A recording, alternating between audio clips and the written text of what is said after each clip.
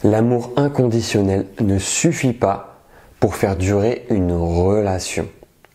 Si vous n'êtes déjà pas d'accord avec moi, vous pouvez déjà commenter cette vidéo, mais on va en parler ensemble. Bonjour et bienvenue dans cette nouvelle vidéo, je m'appelle Antoine Vallée, je suis votre love coach, expert en PNL. Alors, c'est vrai qu'aujourd'hui, l'amour ne suffit pas. L'amour inconditionnel ne suffit pas pour faire durer une relation. Pourquoi ? Parce que si on se dit que je suis avec la personne, je n'ai plus besoin de rien faire parce que justement on s'aime suffisamment, on rentre dans un cercle inconditionnel, mais la personne va se sentir acquise. La personne va se sentir acquise. Ce qui veut dire que si on part du principe que l'amour c'est inconditionnel, eh bien on ne va rien faire pour l'autre pour continuer de faire en sorte de l'aimer.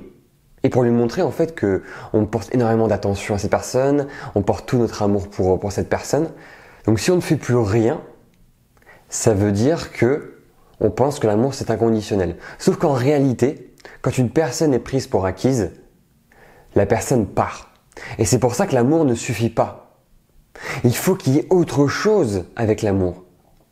Il faut passer des moments ensemble, il faut faire des activités, il faut passer des moments intimes bien évidemment, il faut voyager, avoir des objectifs personnels et communs, il faut avoir une vision du couple.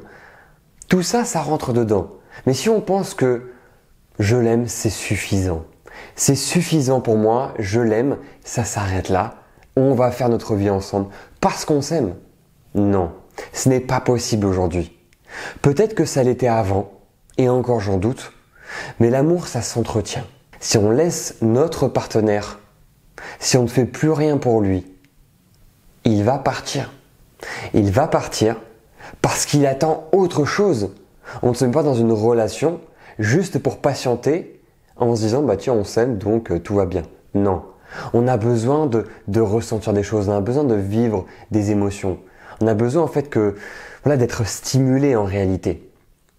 Donc aujourd'hui, c'est très important de ne pas prendre son partenaire pour acquis.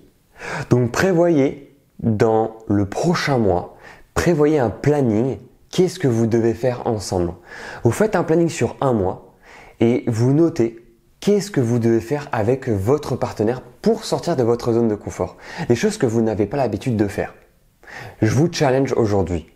Parce que oui, j'aime bien vous challenger, mais je vous ordonne limite, je vous ordonne de faire un planning et de réaliser ce que vous avez noté dessus.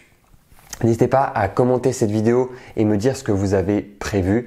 Si vous avez aimé mon contenu, n'hésitez pas à vous abonner à cette chaîne YouTube, à commenter encore une fois la vidéo, à liker et à partager cette vidéo pour que toutes les personnes puissent la voir.